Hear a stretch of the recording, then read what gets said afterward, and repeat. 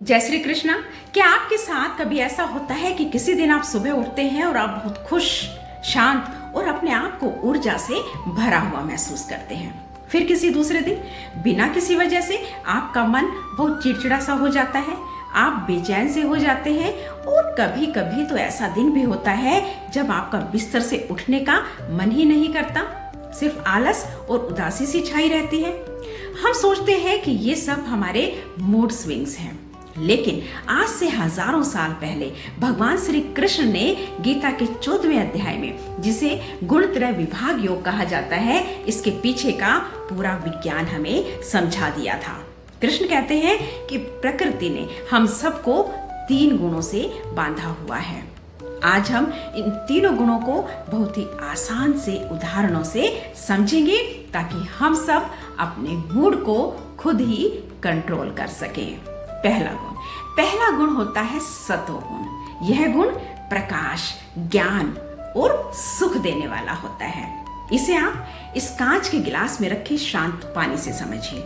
जब ये पानी स्थिर होता है तो इसके आर पार देखना बहुत आसान होता है।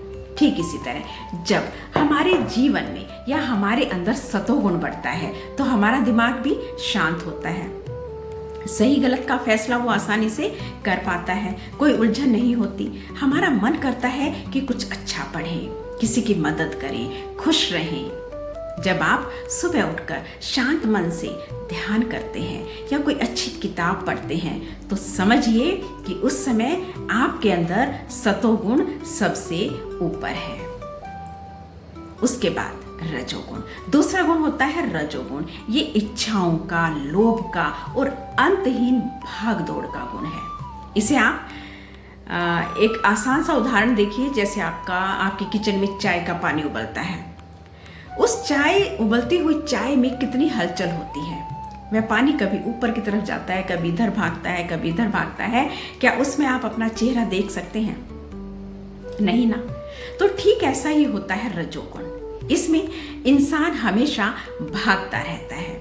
मुझे ये भी पाना है, मुझे वह भी पाना है, मुझे इतना पैसा कमाना है, मुझे इससे आगे निकलना है, मुझे बहुत मेहनत करनी है। अच्छी बात है, लेकिन रजोगुण में इंसान इतना अशांत और तनाव से भर जाता है कि वह अपनी ही खुशियों को देखना भूल जाता है। जब आपको ज्यादा चिंता या बेचैनी हो तो समझ लीजिए रजोगुण हावी हो रहा है। तीसरा गुण है तमोगुण। यह अज्ञान, आलस, लापरवाही और बहुत ज्यादा नींद का गुण होता है। इसे आप एक गड्ढे में रुके हुए गंदे और बदबूदार पानी से समझिए, जिसमें न तो कोई हलचल होती है और न ही उसके आर पार देखा जा सकता है। तमोगुण हमारे जीवन का वह मोड़ है जब हमें पता भी होता है कि सुबह उठना अच्छा है, कोई काम पूरा करना अच्छा है, वीडियो बनाना अच्छा है, कोई दूसरों काम पूरा करना चाहिए हमें, लेकिन शरीर और दिमाग कहते हैं कि छोड़ो, कल करेंगे। काम को कल पर टालना, जरूरत से ज्यादा सोचना और हर समय उदास रहना, यह सब तमोगुण के लक्षण हैं। यह गुण हमें आगे बढ़ने से रोकता है। अब आप सोचेंगे कि कृष्ण ने इसका कोई उपाय भी बताया है क्या? कृष्ण कहते हैं कि कोई भी इंसान हमेशा एक जैसा नहीं रहता।